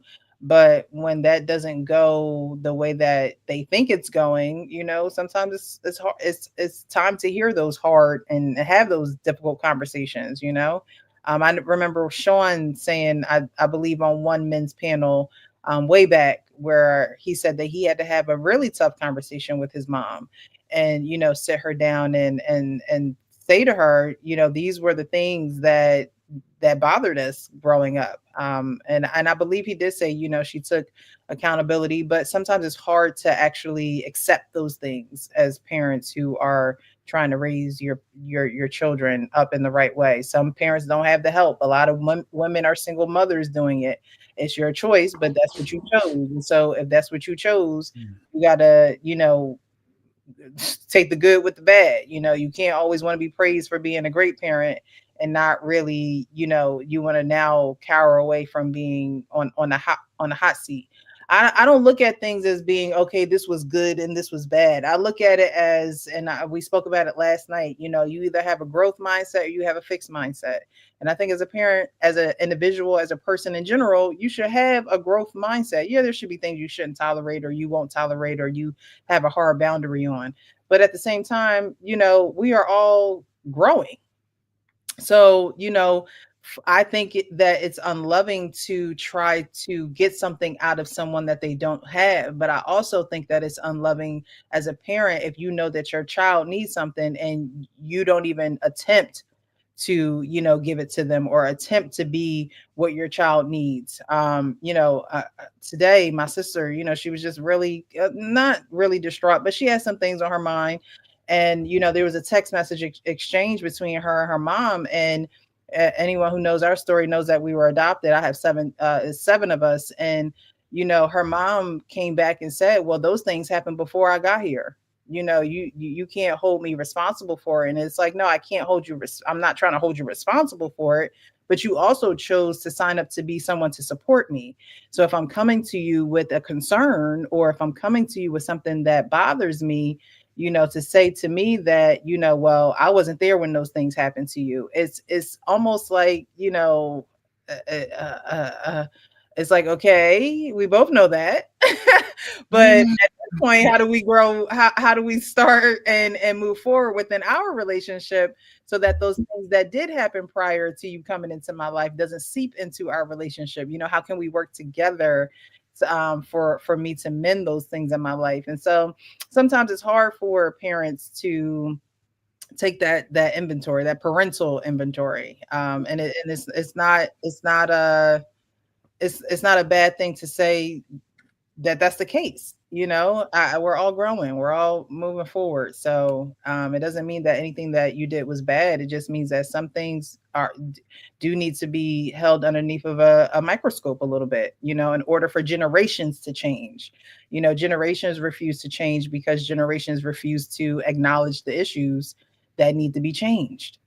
So I'm glad that guy is changing the narrative, because I bet you if he has a son, he's going to make sure his son sees the difference in someone that, really wants to be there and someone who feels like they're obligated to be there. So Precious, I have a question for you. Okay. When this video goes viral, who do you think will give him the most pushback, men or women? Probably women. I would imagine would give him a pushback for not, taking care of his mom. Why would you believe that the women would give him the most pushback?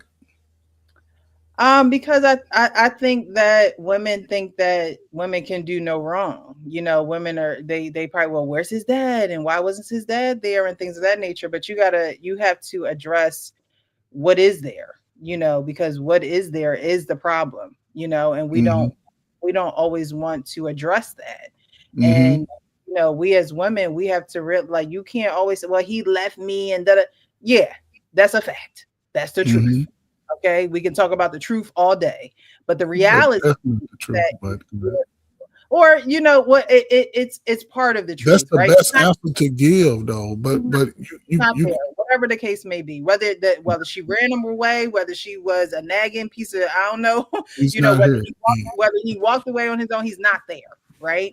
And so as women, you do have to have a daily choice to wake up, do what you gotta do, take care of that child, go get that money. You know, that's something that you have to learn how to incorporate into your character, because that's who you are now. You're a mother, you know, and because you are there doing everything, don't mean that you're there doing everything correctly. It just means you're there doing everything for the child. But I don't know. I think that women would give the most pushback because, you know, you're supposed to be there for your moms, right? You're supposed to take care of mom. But that's just my opinion. That's just my opinion. All right, so we're gonna get to this last topic, and it's Nia Long saying that, you know, she's telling her sons, and we know she has 2 sons by 2 men.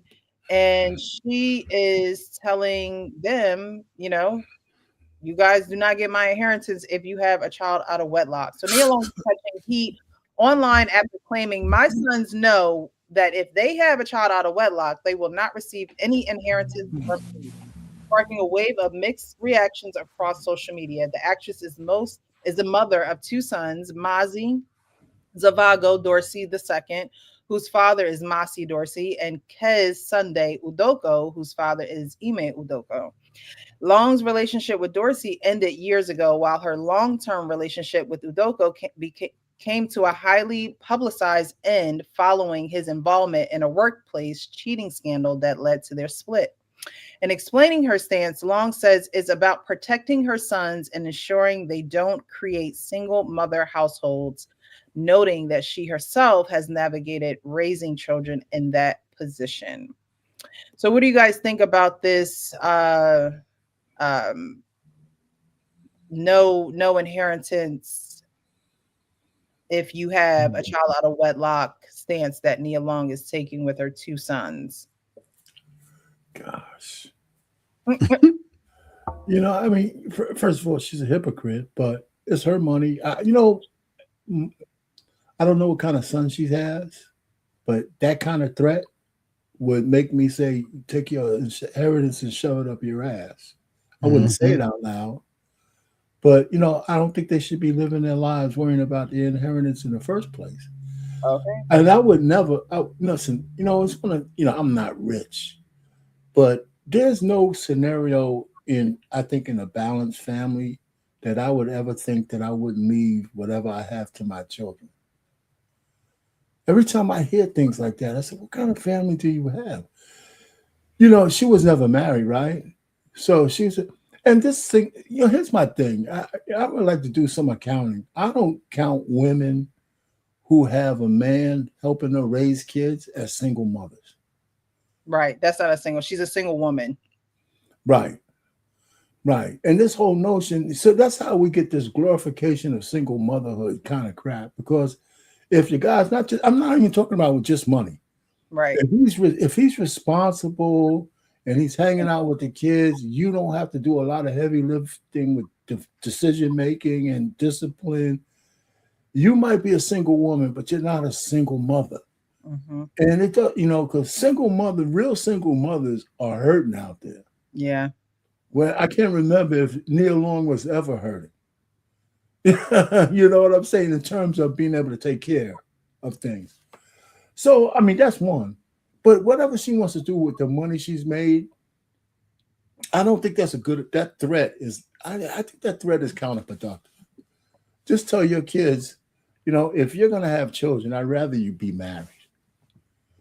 Yeah, I'm not going to hold this over your head. She really trying to control them? Yes. I mean, I can understand the intent. And I think, you know, bringing Six back into the conversation, right? Right. Which goes, you know, at a certain age, moms need to, you know, they do have to prepare their sons for having serious relationships with women. Right. So I can understand that. But to say to, and I can understand you wanting these women to love your sons for who they are and not for the money that's probably, sitting in their bank account because their mom is Nia Long.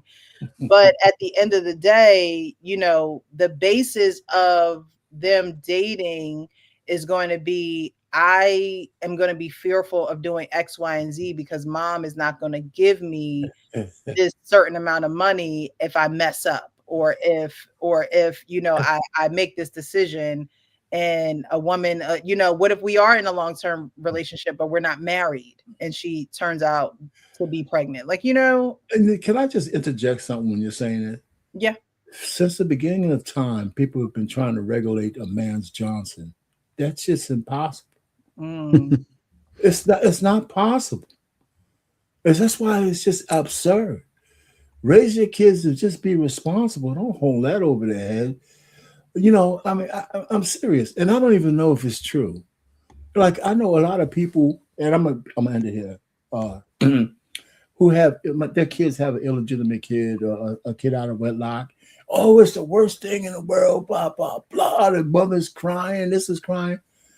As soon as the baby gets here, all that's gone. Yeah, they turn into the biggest babies. Yeah, man. And the grandmother takes the kids and says, listen, you know what? I might have failed with you, but I got this one now. I'm just trying to say the dynamics of the reality changes everything. Mm-hmm. Let me just land it there. I think she's silly anyway. Yeah, on a podcast talking about how I want to bust down young men and all that. I mean, she's just talking. Yeah, she's a hypocrite. Like, let's just call it what it is. Yeah, like, she lived a life where she didn't marry either guy. She got 2 kids, and now at least one rich man. I'm sorry, go ahead. And she's trying to dictate, like I said earlier, they trying to dictate how men live their lives. New definition for dictate. Yeah. Pause. No, Paul, just a woman. She's good. She can get all the She said that's what she wants. She wants some young men. Shit, that's what she said. Ain't that what she said? She loved young men. That's what she said. And she said she signs NDAs.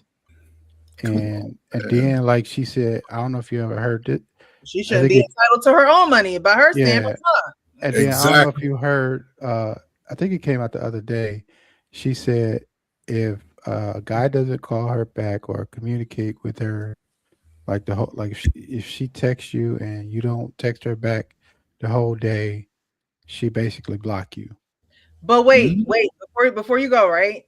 I saw the interview that she did with Chris Rock years ago. You guys look it up, right? And so Chris Rock called her out, right? They was on a Wendy Williams show, y'all know. I gotta see that. Is it recent? No, it was Wendy Williams show when Wendy Williams had her show in New York, right? So just look it up. Nia Long and Chris Rock interview with Wendy Williams, right? And so when they were talking, I'm like, oh, so this is the guy that didn't call her back, because she's like, how do you go out with a guy and he doesn't call you back? And Chris Rock was like, hold on now. He's like, we go on a date and we're talking. And he's like, so, are you single? Are you seeing somebody? He said that Nia Long said, well, if I want to find some D, I know where to find it. That was her remark. Like, I'm out. I'm not calling you. I'm not texting you. I'm not.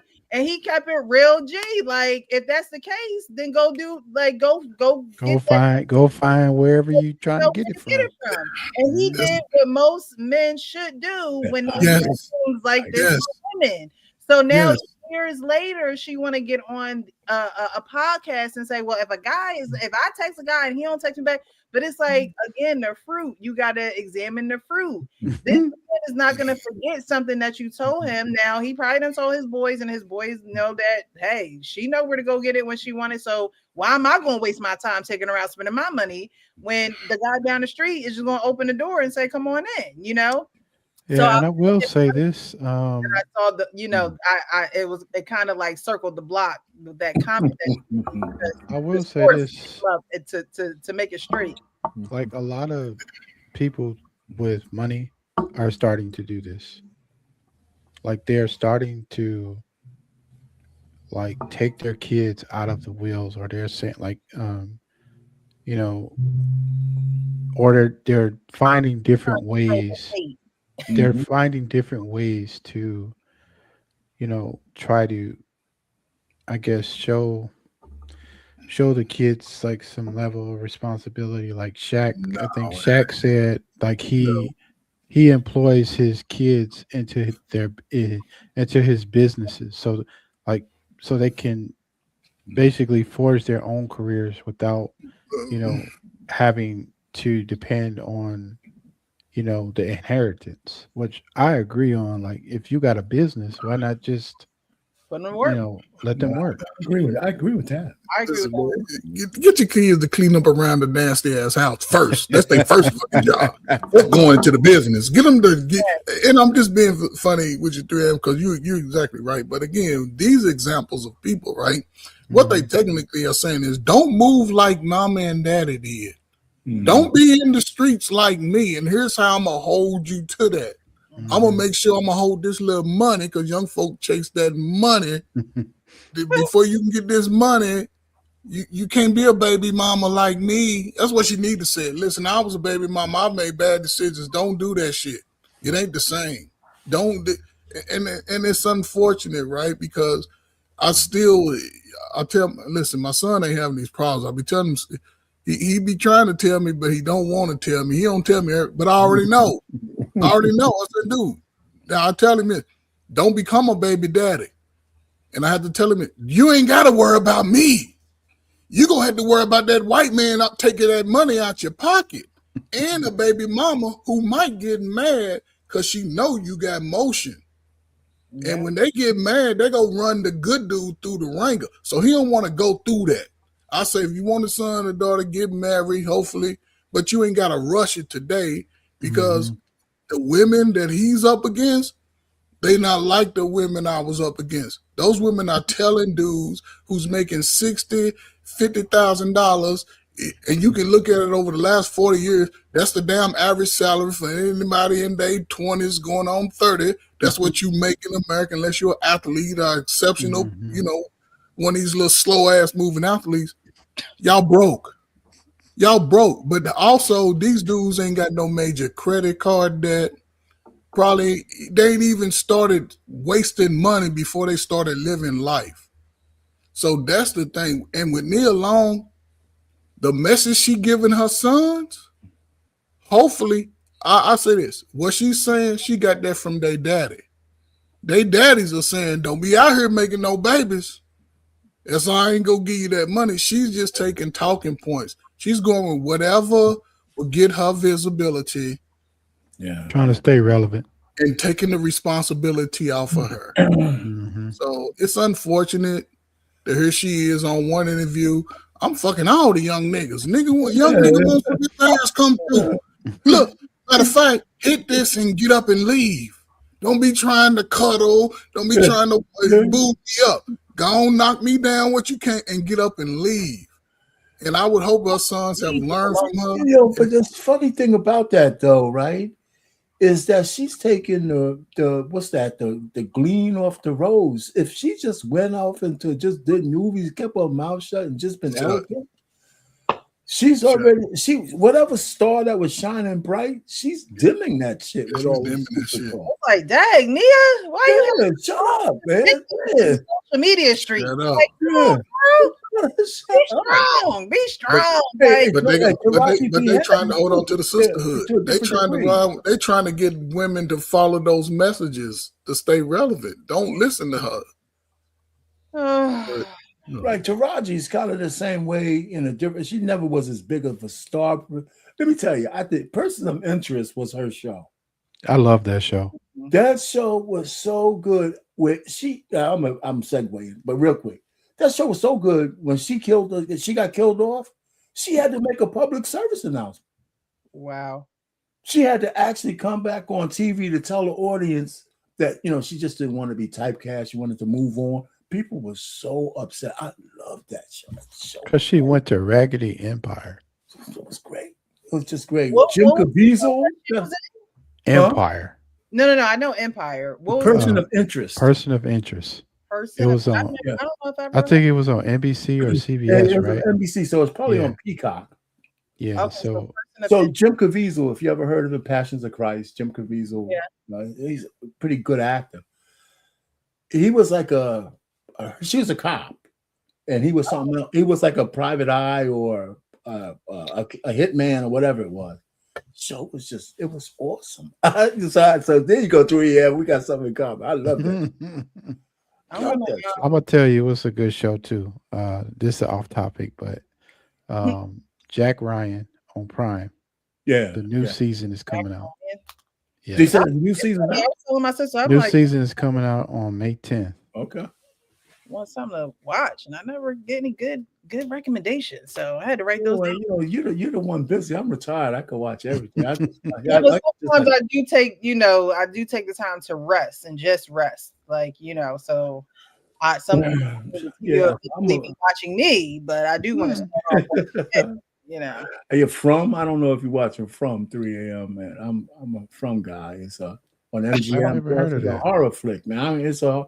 Oh, You know, my wife bought me this chair, a recliner. Mm-hmm. You know, it's the first time she bought me something like completely with not my money, right? So there's some kind of magic shit in that chair. When I sit in it, I'm out like a light, man. I put that shit in L position for loser, and I'm out. I'm just out for a week. It's bad. I said I'm the same way on my couch. I think sometimes I sleep on the couch more than I sleep in the bed. Oh my God, we getting into watch a movie, man. My eyes start getting heavy. My wife watching the movie, she looking over at me. She said, "You sleeping?" And I said, "Wait a minute, I'm in the kid, man. I got the cup over here." Oh my God. Anyway, that's living the life. We're completely off topic. Where's my girl? Got it. 6 to got it. She was first. I had her go first. But back that was a good. This was pretty good. I like Nia Long.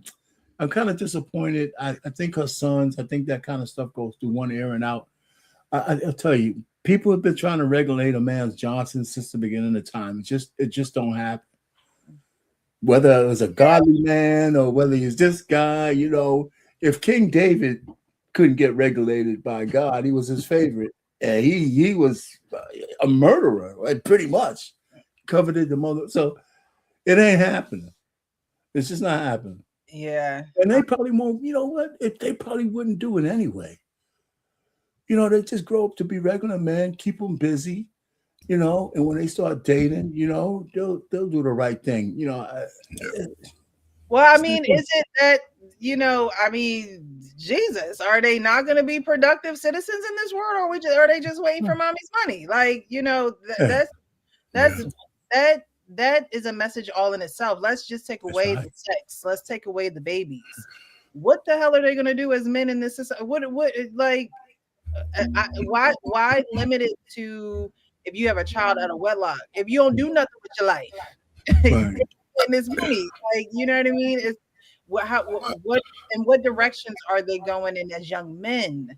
I think in the past of their careers. But that's gonna come down to the relationships they have with their fathers. I was gonna say the same thing, Coach. How about the first guy? You know anything about him? What's he doing? I'm not sure, but he, you know anything about the first dude? No. I never heard. I mean, Ime Udoka is forget about the affair, you know, but the guy is a top-notch coach. He talk about management. I can't imagine he would let his son be just a jackass. Yeah, and that's the only kid he got, and the only son he got. So again, if they have a strong relationship, and if she's done what in her position, she's always been in a well-to-do position. Most of all, you know, she's been. So she's actually giving them the right information when it comes to business, when it comes to creating your own, then that's good. But the thing with the women and all of that, it depends on the relationship that they have with their father. I agree with you. She's been a bust down. Let's be real. She's just a high price bust down. Let's be real. She's no different from Queenie around the corner with 2 kids. She's no different. Well, she's no different though. It's out of her own mouth, though. It's out of her own mouth. Yes, and women fail to realize the young teenagers of today will see all of these videos of their mamas and their daddies. They will see all of that. So, and I don't think women look past as long as their arm is for the most part. But help them, precious. They need your help. She's like, not me. I'm not the one. That's crazy. Yeah, I mentor the children. Okay, I'm looking to mentor an adoptee next. So stay tuned because I'm going to be talking about that journey coming up. But that's all I got for tonight, y'all. That's all I got. You know, in the bed. The wife's already in the bed. You know, it's time to go night and reclaim my time from last night. Okay, because I just thought I was grown. I thought I was grown staying up out in these streets. We didn't mean to keep you up that late. We apologize. No, it wasn't even that. It was, also just getting this show together and some things will work. So I just when I'm live like this and I do it for a long period of time, it's harder for me to go to sleep after I get off the live because it's just like I'm still like wired from being up. But tonight was perfect. We're gonna get up out of here. I appreciate you guys. Thank you guys so much. Those who are engaged in the chat, subscribe, share the video, like the video. I appreciate you too. If you're part of the replay gang, thank you. Definitely like the video. We're going to get out of here. We're going to be back next week on Tuesday, 9 p.m. Eastern for the Adoptee Foster Show. And then we will be back here for the men's forum. I do apologize for last weekend. Had a family emergency. Things are okay. Things will be okay. But I appreciate you guys' patience and always cooperating with me and dealing with me. But until next time, we are out of here, guys. Thank you. And before we get out of here, be real with yourself so you can be real with others. Yeah.